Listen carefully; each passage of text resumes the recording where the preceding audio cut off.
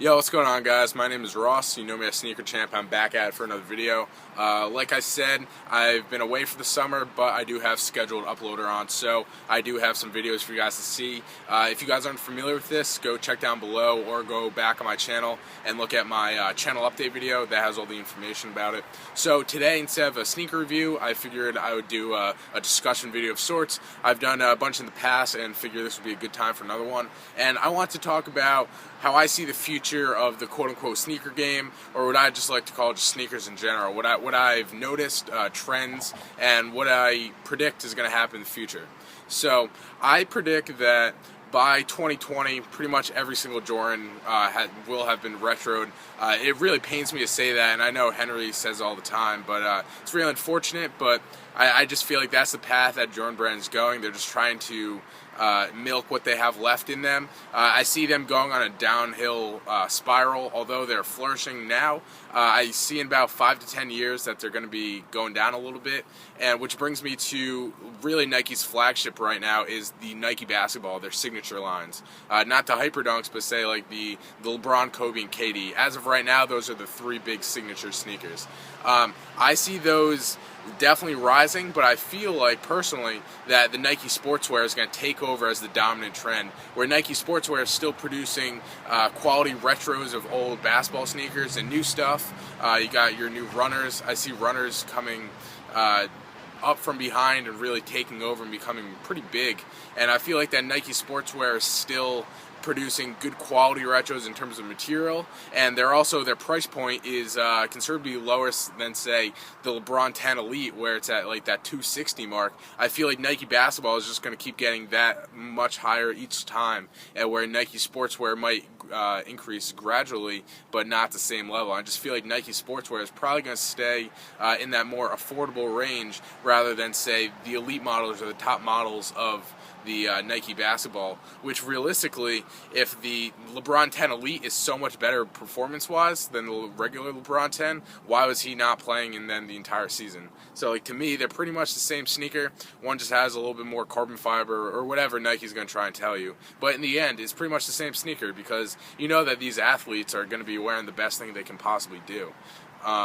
And then a little other thing I want to talk about is how thrilled and like kind of proud I am of Reebok right now. If you guys don't know, when I started in sneakers, that's where I was. I was really a big Reebok fan. I still am a huge Reebok fan, originally coming from the Omnilite pump.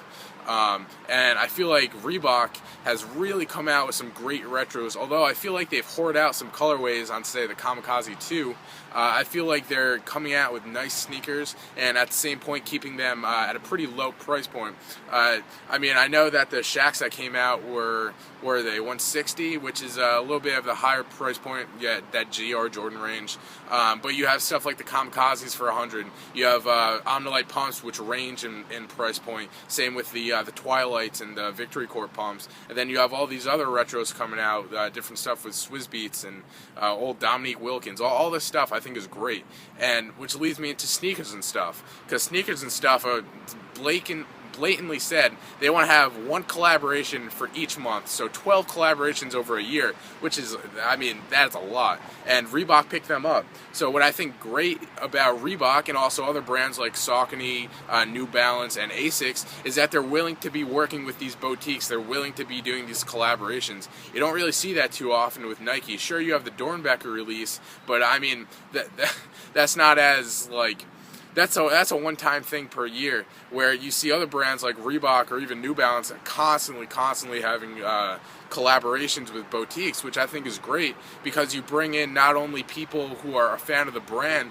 but also a loyal like patron of the shop. Say I'm not a huge Saucony fan, but my local shop is doing a collaboration, you bet your ass I'm going to be buying that sneaker to support my local shop. So I think stuff like that is just great for the sneaker community. Besides the fact that they're new, they're not just the Chicago Bulls home and away colorway. It's great stuff. And I know at the same time I've been known to say that I'm not a huge fan of certain new colorways on Jordans, but I mean that's really subjective towards which colorway it is. I'm not blatantly saying that I hate new colorways, because that's not true. The Calf 4 I think is an amazing shoe, along with a lot of other non-OG colorways, like I mean the Cool Gray 11, like such a great shoe.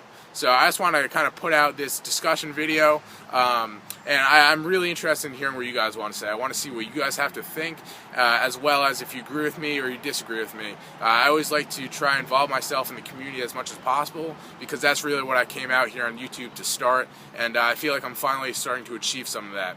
So if you guys enjoyed the video, hit like. If you're new to the channel, subscribe. Happy to have you guys. If you're a long-time subscriber, I appreciate all your support. I hope you guys have an amazing summer. It's been Ross. Peace.